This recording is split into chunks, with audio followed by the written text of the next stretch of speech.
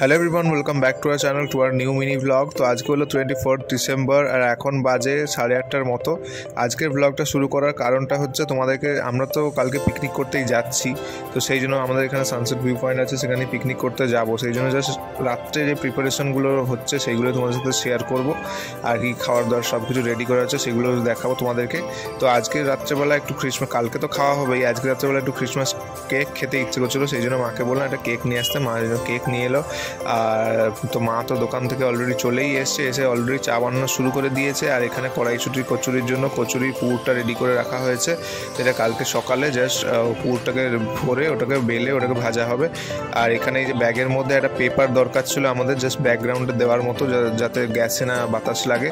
আর তিরপল তো এগুলো আছেই, আর ওর মধ্যে আছে খাওয়ার প্লেট, গাজর, শসা এগুলো আছে। আর এর মধ্যে আলু, এখানে অনেক সবজি নেই, এই কটা সবজি নয়, প্রচুর সবজি আছে, সেগুলো সব মানে বিভিন্ন জায়গায় রাখা আছে, বাজার করে রেখে দিয়েছে সবাই।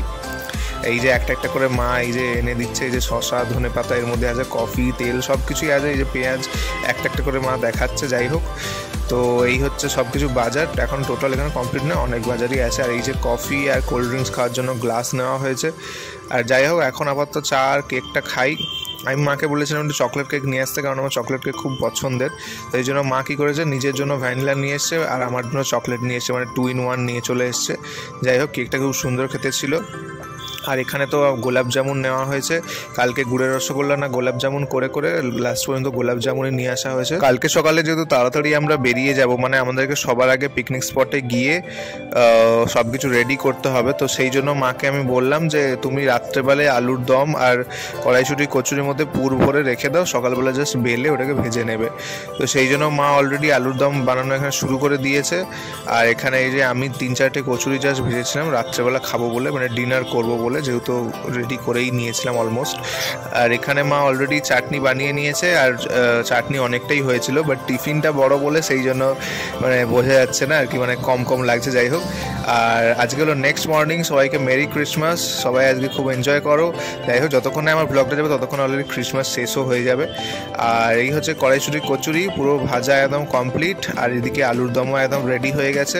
কালকে রাত্রেবেলা হয়ে গেছিলো, আবার একটু গরম করে নিয়েছি, আগে একদম ড্রাই টাইপের আলুর দম বানিয়েছি, ভালো লাগবে ওর সঙ্গে খেতে।